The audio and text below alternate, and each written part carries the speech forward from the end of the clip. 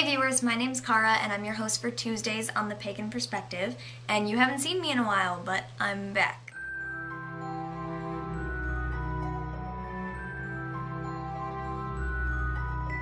This week's topic comes from Cynthia Louise 52, who asked, is there a part of your day you feel the pull of energy and where you need to observe what's going on and maybe change the direction you're going in, like cleaning or reading or studying, and all of a sudden you have to stop and listen to the message that the deity you follow is giving you? So we're talking about whether there's a certain part of our day where we feel the pull of energy and have to listen to the message that the universe or whomever is giving us. There's not always a certain time by any means, but for me, it mostly happens outside, because my life is really busy. I have a very hectic schedule. I've got a lot of schoolwork to be doing and things like that.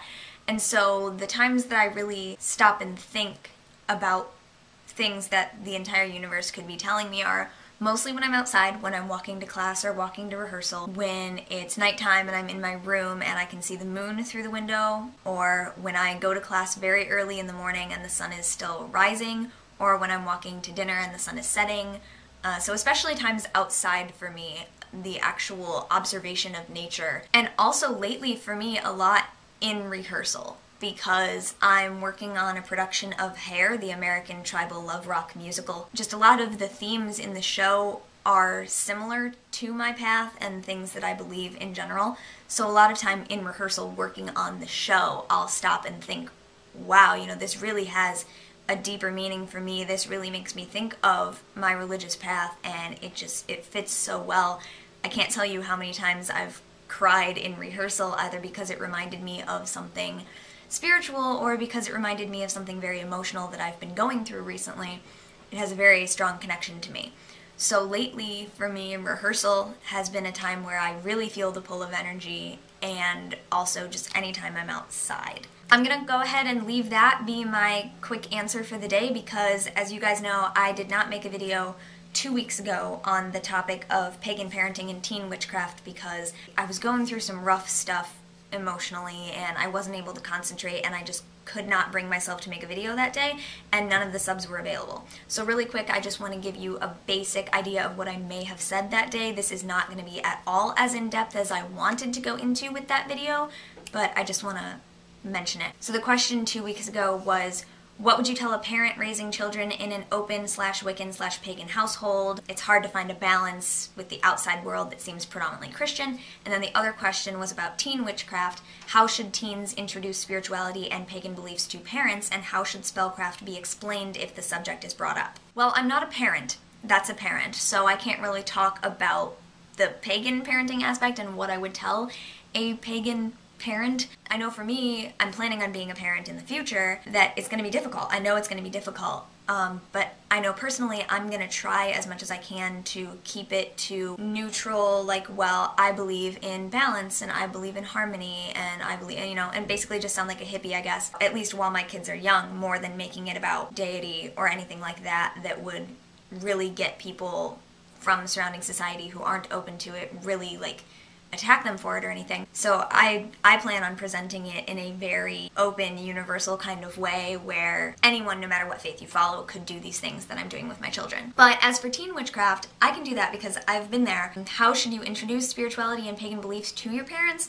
I eventually just told my mom, but I had already been practicing, and that's one of the cool things about paganism or Wicca, is that it doesn't have to look like anything spooky scary, so you can be practicing it the entire time and it just be like a part of your daily routine, and they would never notice that it's anything weird. And then when you tell them, they're much more comfortable with it because they've seen you doing it the whole time. They know it's not scary or spooky or weird, but you really just have to tell them, be honest about it, and be open to them asking questions. Encourage them to ask questions and challenge you, and then answer those questions with what you believe. And I think it's better if they know what you believe instead of like what you label it. Like for me, I told my mom, I believe this and this and this and this and this, and she agreed with all those things, and then I told her all of those beliefs put together fit what Wicca, the label, is. You know, whereas if I had gone to her and said, I'm a witch, she would already say, like, oh, that's bad because she thinks that witches are bad, and she wouldn't care about my personal beliefs. To iterate what I just said, I think you have to present your beliefs as though they are what you believe, not just I am Wiccan and Wiccans believe this, but really talk about what you think and really be open about it. And how should spellcraft be explained if the subject is brought up? I always explain it as, it's like a prayer, not exactly like a prayer obviously, but it's putting your intentions out to the universe in hopes that it will bring a positive effect to your life. It's doing something to make change in the universe, to influence your life in a positive way, I guess. But again, it shouldn't be presented as anything spooky, weird, scary, like I'm doing this to rebel from your ways and what you taught me and stuff like that. Just, that's not a good way to deal with things.